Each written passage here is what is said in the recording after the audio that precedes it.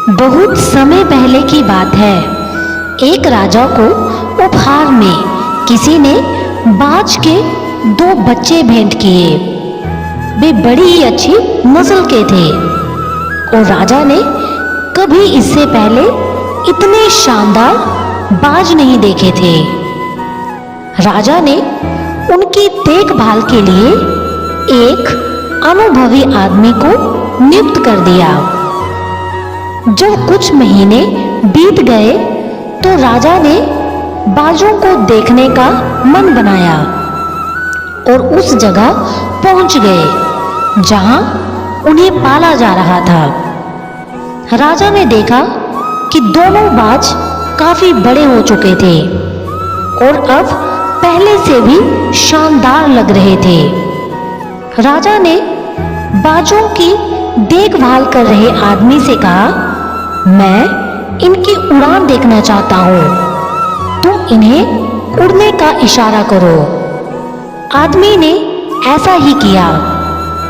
इशारा मिलते ही दोनों बाज उड़ान भरने लगे, पर जहां एक बाज आसमान की ऊंचाइयों को छू रहा था, वहीं दूसरा कुछ ऊपर जाकर वापस उसी डाल पर आकर बैठ गया जिससे वो उड़ा था।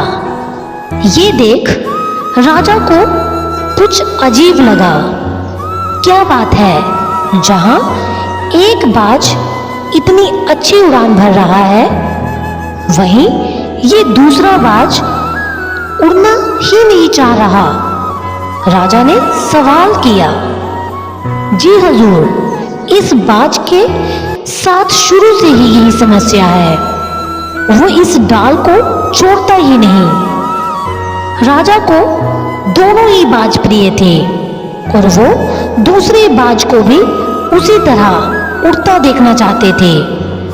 अगले दिन पूरे राज्य में ऐलान कर दिया गया कि जो व्यक्ति इस बाज को ऊंचा उड़ाने में कामयाब होगा उसे ढेरों इनाम दिया जाएगा। फिर क्या था, एक से एक विद्वान आए और बाज को उड़ाने का प्रयास करने लगे, पर हफ्तों बीत जाने के बाद भी बाज का वही हाल था। वो थोड़ा सा उड़ता और वापस डाल पर आकर बैठ जाता। फिर एक दिन कुछ अनोखा हुआ। राजा ने देखा कि उसके दोनों बाज आसमान में उड़ रहे हैं। उन्हें अपनी आंखों पर यकीन नहीं हुआ और उन्होंने तुरंत उस व्यक्ति का पता लगाने को कहा जिसने ये कारनामा कर दिखाया था। वो व्यक्ति एक किसान था। अगले दिन वो दरबार में हाजिर हुआ। उसे इनाम में स्वर्ण मुद्राएं भेंट करने के बाद राजा ने कहा, मैं तुमसे बहुत प्रसन्न हूं, बस तुम इतना बताओ कि जो काम बड़े बड़े विद्वान नहीं कर पाए वो तुमने कैसे कर दिखाया। मालिक, मैं तो एक साधारण सा किसान हूं, ज्ञान की ज्यादा बातें नहीं जानता। मैंने तो बस वो डाल काट दी जिस पर बैठने का बाज आदी हो चुका था, और जब वो डाल ही नहीं रही तो वो भी अपने साथी के साथ ऊपर उड़ने लगा। दोस्तों, हम सभी ऊंचा उड़ने के लिए ही बने हैं, लेकिन कई बार हम जो कर रहे होते हैं उसके इतने आदी हो जाते हैं कि अपनी ऊंची उड़ान भरने की, कुछ बड़ा करने की काबिलियत ही भूल जाते हैं।